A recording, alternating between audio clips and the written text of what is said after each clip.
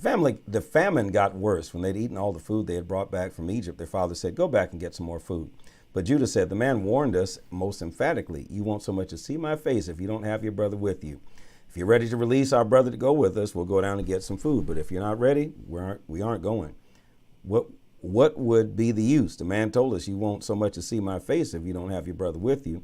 Israel said, "Why are you making my life so difficult? Why did you ever tell the man you had another brother?" They said, "The man pressed us hard, asking pointed questions about our family. Is your father still alive? Do you have another brother?" So we answered his question. How do we know that he'd say, "Bring your brother here"? Judah pushed his father Israel. "Let the boy go. I'll take charge of him. Let us go and be on our way. If we don't get going, we're all going to starve to death. And we and you and our children too. I'll take full responsibility for his safety. It's my life on the line for his. If I don't bring him back safe and sound, I'm the guilty one. I'll take the blame. If we'd gone ahead in the first place instead of procrastinating like this, we could have been there and back twice over." Their father Israel gave in. "If it has to be, it has to be. But do this, stuff your packs with the finest products from the land you can find and take them to the man as gifts. Some balm and honey, some spices and perfumes, some pistachios and almonds. And take plenty of money. Pay back double what was returned to your sacks. That might have been a mistake. Take your brother and get going. Go back to the man. And may the strong God give you grace in that man's eyes, so he'll send you back your own other brother along with Benjamin. For me, nothing's left. I've lost everything." The men took the gifts, doubled the money in Benjamin. They lost no time in getting to Egypt and meeting Joseph. When Joseph saw that they had Benjamin with them, he told his house steward, "Take these men into the house and make them at home. Butcher an animal and prepare a meal. These are going to eat with me at noon." The steward did what Joseph had said and took them aside, but they became anxious when they were brought into Joseph's home, thinking, "It's the money. He thinks we ran off with the money on our first trip down here. Now he's got us where he wants us. He's going to turn us into slaves and confiscate our donkeys." So they went up to Joseph's house steward and talked to him in the doorway. They said, "Listen, master, we came down here one other time to buy food. On our way home the first night, we opened our bags and found our money at the mouth of the bag, the exact amount we paid. We brought it all back and have plenty more to buy more food with. We have no idea who put the money in our bags." The steward said, "Everything's in order. Don't worry. Your God and the God of your father must have given you a bonus. I was paid in full." And with that, he presented Simeon to them. He then took them inside Joseph's house and made them comfortable, gave them water to wash their feet, and saw to feeding of their donkeys. The brothers spread out their gifts as they waited for Joseph to show up at noon. They had been told that they were to have dinner with him. When Joseph got home, they presented him with the gifts they had brought and bowed respectfully before him. Joseph welcomed them and said, "And your old father who you mentioned to me, how is he? Is he still alive?" They said, "Yes, your servant our father is quite well, very much alive." And they again bowed respectfully before him. Then Joseph picked out his brother Benjamin, his own mother's son. He asked, "And this is your youngest brother that you told me about?" Then he said, "God be gracious to you, my son." Deeply moved on seeing his brother and about to burst into tears, Joseph hurried into another room and had a good cry. Then he washed his face, got a grip on himself, and said, "Let's eat." Joseph was served at his private table, the brothers off by themselves and the Egyptians off by themselves. Egyptians won't eat at the same table with Hebrews. It's repulsive to them. The brothers were seated facing Joseph, arranged in order of their age, from the oldest to the youngest. They looked at one another wide-eyed, wondering what would happen next. When the brothers' plates were served from Joseph's table, Benjamin's plate came piled high, far more than his brothers. And so the brothers feasted with Joseph, drinking freely. Genesis 44. Joseph ordered his house steward, fill the men's bags with money, all they can carry, and replace each one at the top of the bag, one's money at the top of the bag. Then put my chalice, my silver chalice, on the top of the bag of the youngest, along with the money for his food. He did as Joseph ordered. At break of day, the men were off with their donkeys. They were barely out of the city when Joseph said to his house steward, "Run after them. When you catch up with them, say, 'Why did you pay me back evil for good? This is the chalice my master drinks from. He also uses it for divination. This is outrageous.'" He caught up with them and repeated all this word for word. They said, "What is my master talking about? We would never do anything like that. Why, the money we found in our bags earlier, we brought back all the way from Canaan. Do you think we'd turn right around and steal it back from your master? If that chalice is found on any of us, he'll die, and the rest of us will be your master's slaves." The steward said, "Very well then, but we won't go that far. Whoever is found with the chalice will be my slave, and the rest of you can go free." They outdid each other in putting their bags on the ground and opening them up for inspection. The steward searched their bags, going from the oldest to the youngest. The chalice showed up in Benjamin's bag. They ripped their clothes in despair, loaded up their donkeys, and went back to the city. Joseph was still at home when Judah and his brothers got back. They threw themselves down on the ground in front of them. Joseph accused them, "How can you do this? You have to know that a man in my position would have discovered this. Judah, as outspoken for the brothers, said, as spokesman for the brothers said, what can we say, Master? What is there to say? How can we prove our innocence? God is behind this, exposing how bad we are. We stand guilty before you and ready to be your slaves. We're all in this together. The rest of us is guilty as one with the chalice. I'd never do that to you, Joseph said. Only the one involved with the chalice will be my slave. The rest of you are free to go back to your father. Judah came forward. He said, please, Master, can I say just one thing to you? Don't get angry. Don't think I'm presumptuous. You're the same as Pharaoh as far as I'm concerned. You, Master, asked us, do you have a father and a brother? And we answered honestly. We have a father who is old and a younger brother who was born to him in his old age. His brother is dead, and he is the only son left from that mother, and his father loves him more than anything. Then you told us, bring him down here so I can see him. We told you, Master, that it was impossible. The boy can't leave his father. If he leaves, his father will die. And then you said, if your youngest brother doesn't come with you, you won't be allowed to see me. When we returned to our father, we told him everything you said to us. So when our father said, go back and buy some more food, we told him flatly, we can't. The only way we can go back is if our youngest brother's with us. We aren't allowed to even see the man if our youngest brother doesn't come with us. Your servant, my father, told us, you know very well that my wife gave me 2 sons, one turning up missing. I concluded that he'd been ripped to pieces. I've never seen him since. If you go now and take this one and something bad happens to him, you'll put my old, gray, grieving head in the grave for sure. And now can't you see that if I show up before your servant, my father, without the boy, this son with whom life is so bound up, the moment he realizes the boy's gone, he'll die on the spot. He'll die of grief, and we, your servants who are standing here before you, will have killed him. And that's not all. I got my father to release the boy to show him to you by promising, if I don't bring him back, I'll stand condemned before you, Father, all my life. So let me stay here as your slave, not this boy. Let the boy go back with his brothers. How can I go back to my father if the boy is not with me? Oh, don't make me go back and watch my father die in grief. Genesis chapter 45. Joseph couldn't hold it himself in any longer, keeping up a front before all of his attendants. He cried out, leave, clear out, everyone leave. So there was no one with Joseph when he identified himself to his brothers. But his sobbing was so violent that the Egyptians couldn't help but hear him. The news was soon reported to Pharaoh's palace. Joseph spoke to his brothers. I am Joseph. Is my father really still alive? His brothers couldn't say a word. They were speechless. They couldn't believe what they were hearing and seeing. Come closer to me, Joseph said to his brothers. They came closer. I'm Joseph, your brother, whom you sold into Egypt. But don't feel badly. Don't blame yourselves for selling me. God was behind it. God sent me here ahead of you to save lives. There's been a famine in the land now for 2 years. The famine will continue 5 more years, neither plowing nor harvesting. God sent me on ahead to pave the way and make sure there was a remnant in the land to save your lives in an amazing act of deliverance. So you see, it wasn't you who sent me here, but God. He set me in the place as a father to Pharaoh, put me in charge of his personal affairs, and made me ruler of all Egypt. Hurry back to my father. Tell him your son Joseph says, I'm master of all Egypt. Come as fast as you can and join me here. I'll give you a place to live in Goshen, where you'll be close to me. You, your children, your grandchildren, your flocks, your herds, and anything else you can think of. I'll take care of you there completely. There are still 5 more years of famine ahead. I'll make sure all your needs are taken care of, you and everyone connected with you. You won't want for a thing. Look at me. You can see for yourselves, and my brother Benjamin can see for himself that it's me. My own mouth telling you all this. Tell my father all about the high position I hold in Egypt. Tell him everything you've seen here. But don't take all day. Hurry up and get my father down here. Then Joseph threw himself on his brother Benjamin's neck and wept, and Benjamin wept on his neck. He then kissed all his brothers and wept over them. Only then were his brothers able to talk with him. The story was reported in Pharaoh's palace. Joseph's brothers have come. It was good news to Pharaoh and all who worked with him. Pharaoh said to Joseph, tell your brothers, this is the plan. Load up your pack animals, go to Canaan, get your father and your families, and bring them back here. I'll settle you on the best land in Egypt. You'll live off the fat of the land. Also tell them this. Here's what I want you to do. Take wagons from Egypt to carry your little ones and your wives, and load up your father and come back. Don't worry about having to leave things behind. The best in all of Egypt will be yours. And they did just that, the sons of Israel. Joseph gave them the wagons that Pharaoh had promised and the food for the trip. He outfitted all the brothers in brand new clothes, but he gave Benjamin 300 pieces of silver and several suits of clothes. He sent his father these gifts, 10 donkeys loaded with Egypt's best products and another 10 donkeys with grain and bread, provisions for his father's journey back. Then he sent his brothers off, and as they left, he told them, take it easy on the journey, try to get along with each other. They left Egypt and went back to their father Jacob in Canaan. When they told him Joseph is still alive and he's the ruler over all the land of Egypt, he went numb. He couldn't believe his ears. But the more they talked, telling him everything that Joseph had told them, and when he saw the wagons and that Joseph had sent to carry him back, the blood started to flow again.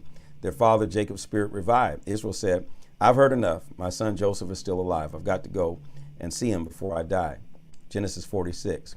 So Israel set out on the journey with everything he owned. He arrived at Beersheba and worshiped, offering sacrifices to the God of his father Isaac. God spoke to Israel in a vision that night. Jacob, Jacob. Yes, he said, I'm listening. God said, I'm the God of your father. Don't be afraid going down to Egypt. I'm going to make you a great nation there. I'll go with you down to Egypt. I'll also bring you back here. And when you die, Joseph will be with you. With his own hand, he'll close your eyes. Then Jacob left Beersheba. Israel's sons loaded their father and their little ones and their wives on the wagons Pharaoh had sent to carry them. They arrived in Egypt with the livestock and the wealth that they had accumulated in Canaan. Jacob brought everyone in his family with him, sons and grandsons and daughters and granddaughters, everyone. These are the names of the Israelites, Jacob and his descendants who went to Egypt. Reuben, Jacob's firstborn. Reuben's sons, Hanok, Palu, Hezron, Carmi. Simeon's sons, Jemiel, Jamin, Ohad, Jachin, Johar, and Shaul, son of a Canaanite woman. Levi's sons, Gershon, Kohath, and Merari. Judah's sons, Onan, Shelah, Perez, Zerah. And Onan had already died in the land of Canaan. The sons of Perez were Hezron and Hamul. Issachar's sons, Tola, Pua, Jashub, and Shimram. Zebulun's sons, Seret, Elon, Jaleel. These are the sons that Leah bore to Jacob in Padanaram. There was also his daughter Dinah. Altogether, sons and daughters, they numbered 33. Gad's sons, Zephon, Haggai, Shunai, Esbon, Eri, Arodai, Areli. Asher's sons, Imnah, Ishva, Ishivai, and Beriah, and also their sisters, Sarah, and Beriah's sons, Heber and Malchiel. These are the children that Zilpah, the maid that Laban gave to his daughter Leah, bore to Jacob, 16 of them. The sons of Jacob's wife Rachel were Joseph and Benjamin. Joseph was the father of two sons, Manasseh and Ephraim, from his marriage to Asenath, daughter of Potiphera, priest of On. They were born to him in Egypt. Benjamin's sons were Bela, Becher, Ashbel, Jerah, Naaman, Ehi, Rosh, Mupim, Hupim, and Ard. These are the children born to Jacob through Rachel, 14.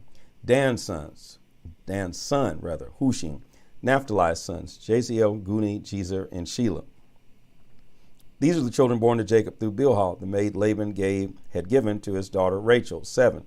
Summing up, all those who went down to Egypt with Jacob, his own children, not counting his sons' wives, numbered 66. Counting in the two sons born to Joseph in Egypt, the members of Jacob's family who ended up in Egypt numbered 70. Jacob sent Judah on ahead to get directions to Goshen from Joseph. When they got to Goshen, Joseph gave orders for his chariot and went to Goshen to meet his father Israel. The moment Joseph saw him, he threw himself on his neck and wept. He wept a long time.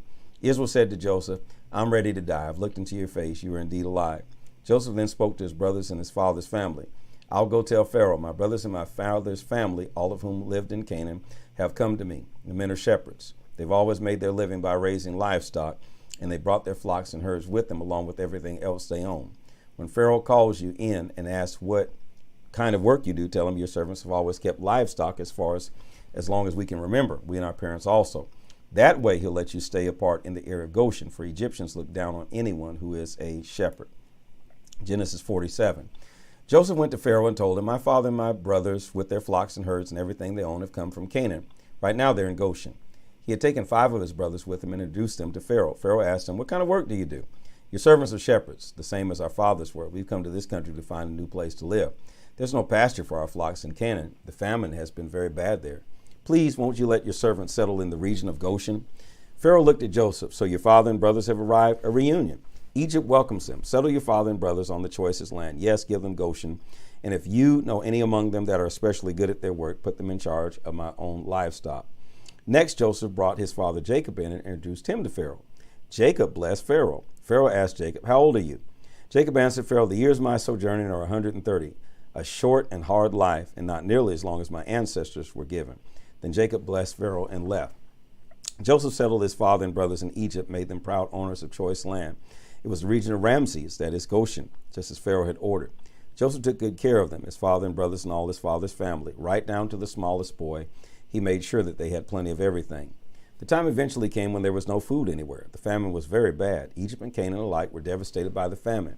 Joseph collected all the money that was to be found in Egypt and Canaan to pay for the distribution of food. He banked the money in Pharaoh's palace. When the money from Egypt and Canaan had run out, the Egyptians came to Joseph. Food, give us food. Are you going to watch us die right in front of you? The money is all gone. Joseph said, bring your livestock. I'll trade you food for your livestock since your money's run out. So they brought Joseph their livestock. He traded them food for their horses, sheep and cattle and donkeys.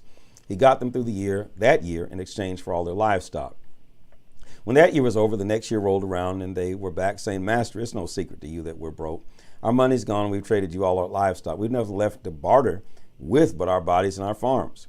What use are our bodies and our land if we stand here and starve to death right in front of you? Trade us food for our bodies and our land. We'll be slaves to Pharaoh and give up our land.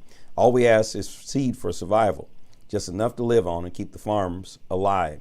So Joseph bought up all the farms in Egypt for Pharaoh. Every Egyptian sold his land. The famine was that bad. That's how Pharaoh ended up owning all the land and the people ended up slaves. Joseph reduced the people to slavery from one end of Egypt to the other.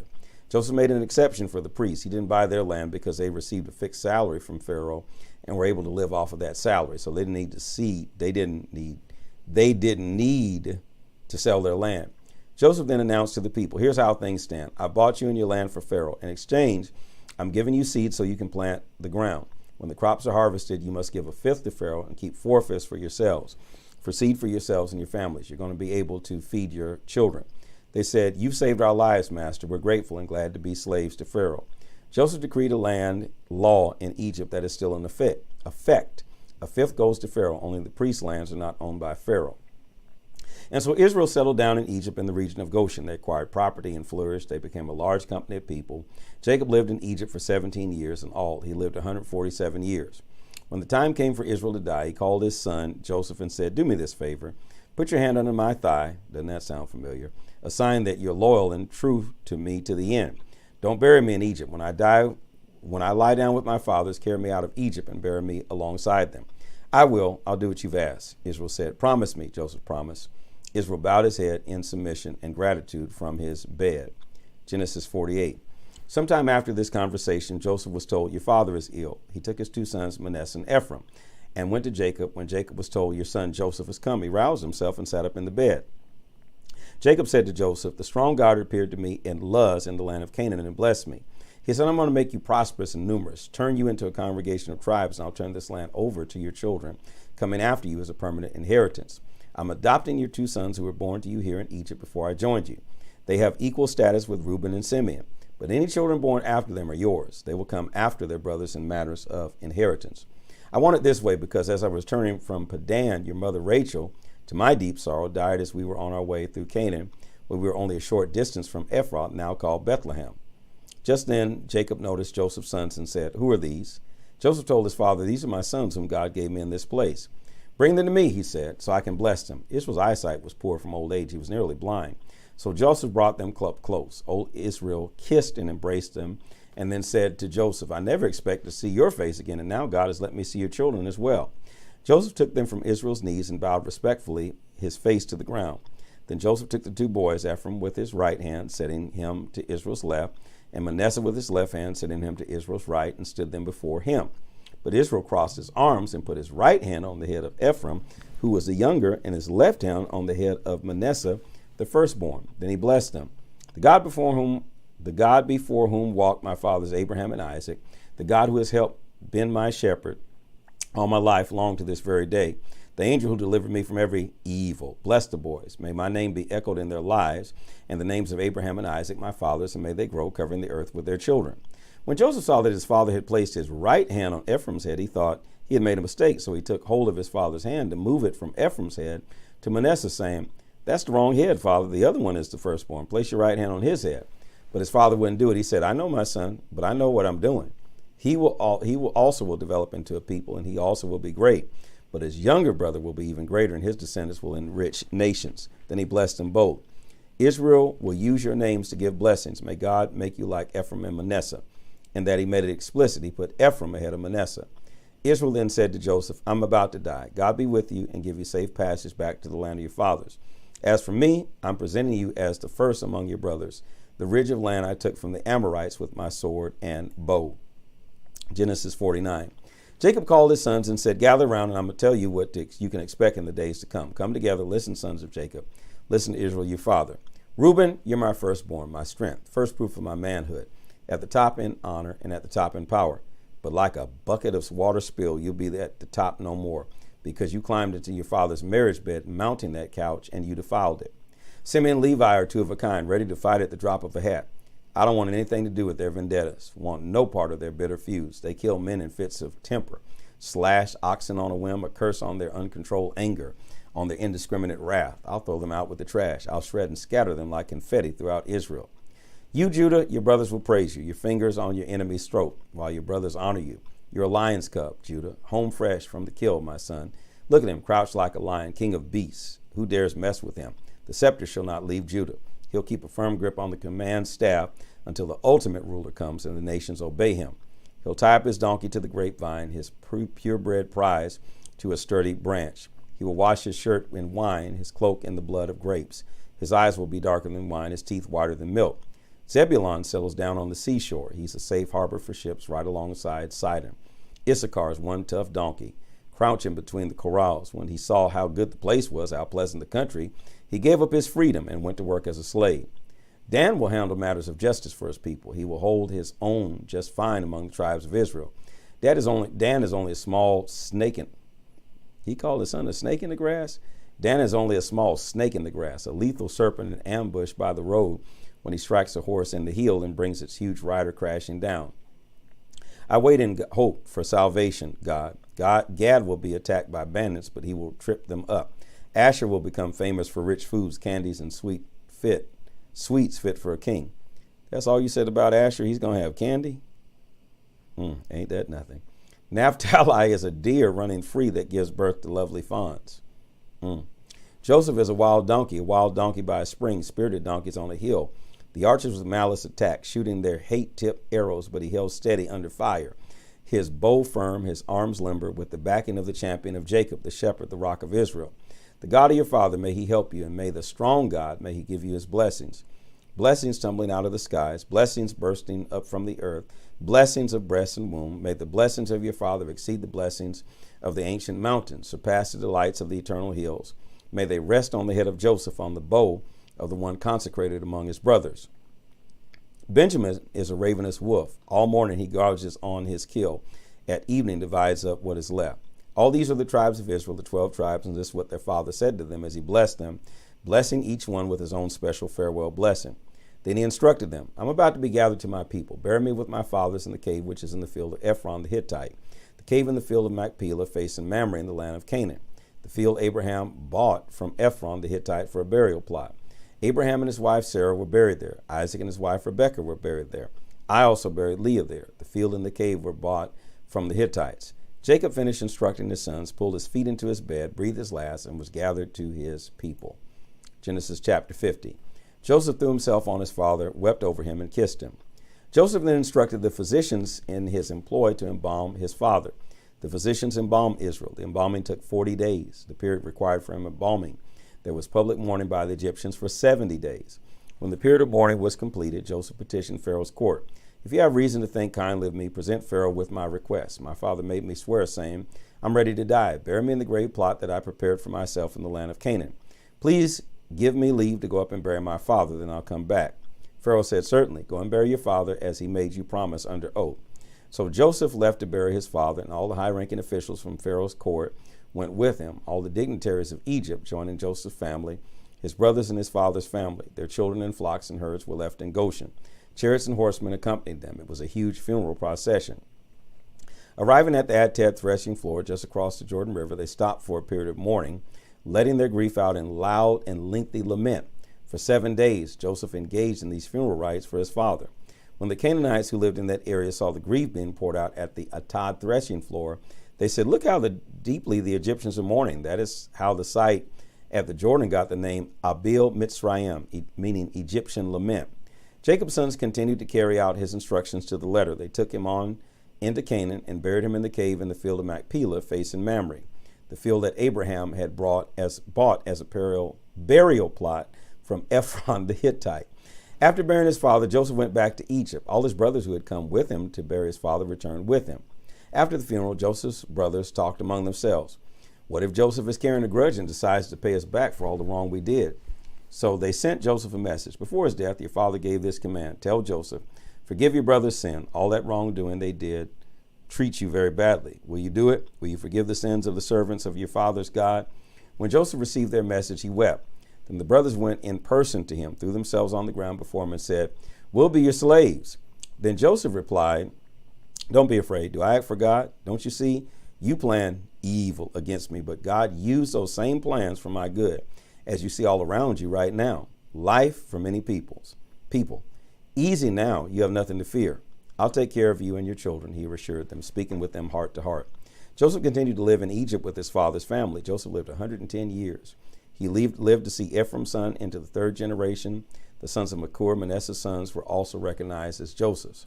At the end, Joseph said to his brothers, I'm ready to die. God will most certainly pay you a visit and take you out of this land and back to the land he so solemnly promised to Abraham, Isaac, and Jacob. Then Joseph made the sons of Israel promise under oath. When God makes his visitation, make sure you take my bones with you as you leave there. Joseph died at the age of 110 years. They embalmed him and placed him in a coffin in Egypt. This is the word of the Lord.